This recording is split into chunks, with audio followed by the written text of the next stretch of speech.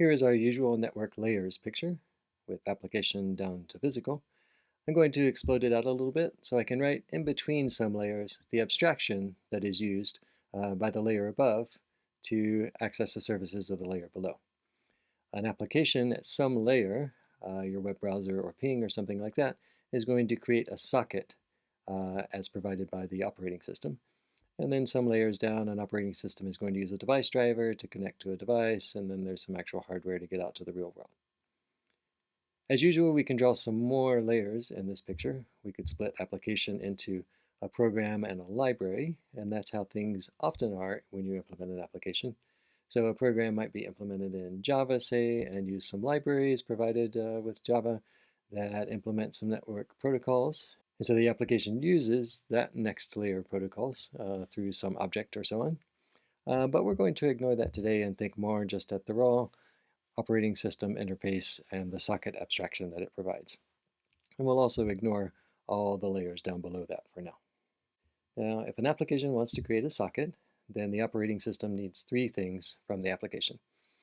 It needs to specify the transport that it wants to use, the host that it wants to contact, and the service at that host to contact. The host is going to be an internet address, so that's coming from the network layer technically. While the service is for a given host, it can actually accept different kinds of connections. And so an application needs to say which of those services it wants to connect, sort of which door at that address it should knock on. And that technically belongs to the transport layer, but both of these things are bundled up inside the operating system. So for example, if we want to look at a web page, then an application that wants to get the web page data would specify TCP as the transport, because that's what web services use, the address of some web server like www.cs.u.edu, and 80 as the service to contact. So 80 means web server, or at least it means old-fashioned web server. These days you would actually contact service 443 still over TCP at the same address, and this just means that you're going to start talking in encoded mode instead of plain text mode as 80. So usually when you contact using HTTPS, you're going to this port number 443, whereas HTTP without the S, that contacts 80. If you want to send mail to someone, then you might over TCP contact a mail handling computer at port number 25.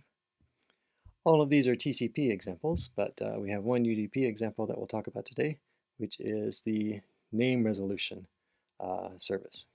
So here I've written the address down as numbers because this particular service's job is actually to translate name to numbers, so we need to wait to get started.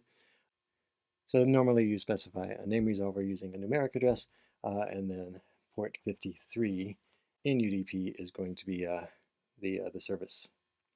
Using port 53 UDP does not mean that 53 is attached to UDP. There could also be a TCP 53, and that's why we need to specify both of them to say which door to knock on at that remote address.